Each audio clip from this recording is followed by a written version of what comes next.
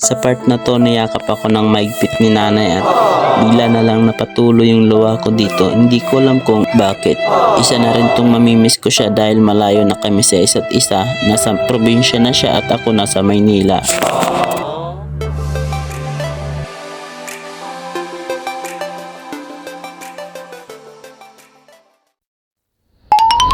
Magandang araw mga inaanak. Dito tayo ngayon sa Eagle Star Terminal Cubao dahil inihatid natin si nanay at uuwi na siya sa probinsya mga inaanak.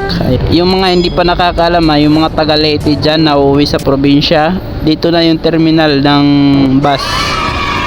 Wala na sila dun sa may malapit sa mall. Mensahe ko kay nanay, ingat ka lagi na ha. At enjoy mo lang yung life. Huwag ka may stress. Hayaan mo yung mga problema, daanan mo lang, laban lang mga inanak. Ayan, shoutout sa mga nagsishare ng mga videos ko. Jesus Babiano, ayan, mga subscribers ko dyan na nagre-react ng mga videos ko. Shoutout. Ano na nakapag ano ka na, nakapag anong ticket ka na? 1,900. Di bawasan kasi. Kasama na yung baggage. Oo.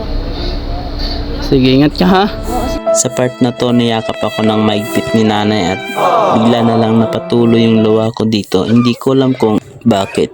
Isa na rin tong mamimiss ko siya dahil malayo na kami sa isa't isa. Nasa probinsya na siya at ako nasa Maynila. Ayun nga pala. Yung bagong pala. Nay, kanina ako nay. Ingat ka lagi ha. Be. Sige na, doon kasama sa loob. Ayun. Si nanay. Ingat ka lagi na ha. Ingat sa biyahe. Love you. Ganito lang talaga mga inaanak, magmahal sa magulang kasi ako yung bunso bunso ako sa magkakapatid, kaya pinaparamdam ko kay nanay na mahal ko talaga siya.